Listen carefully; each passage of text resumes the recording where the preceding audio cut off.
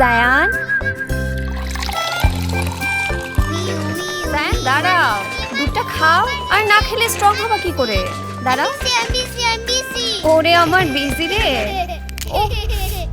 আম্মু বসো বসো।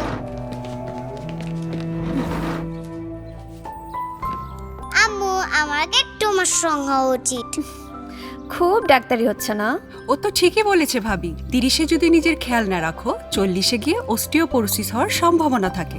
মানে 30-এর পরে প্রয়োজনীয় পুষ্টির অভাবে হাড় ক্ষয় থেকে শুরু হয় অস্টিওপোরোসিস। তাই প্রতিদিন ভিটামিন ডি ও ক্যালসিয়ামে পরিপূর্ণ 1 গ্লাস প্রাণ দুধ চাই তোমারও, তাই না ডাক্তার জায়ান? এ নাও প্রেসক্রিপশন। এই মা দিবস থেকেই শুরু হোক প্রতিদিন প্রাণ দুধ খাওয়ার অভ্যাস, যা আপনার হাড়কে রাখবে সুরক্ষিত। প্রাণ দুধ, মমতায় হোক মায়ের যত্ন।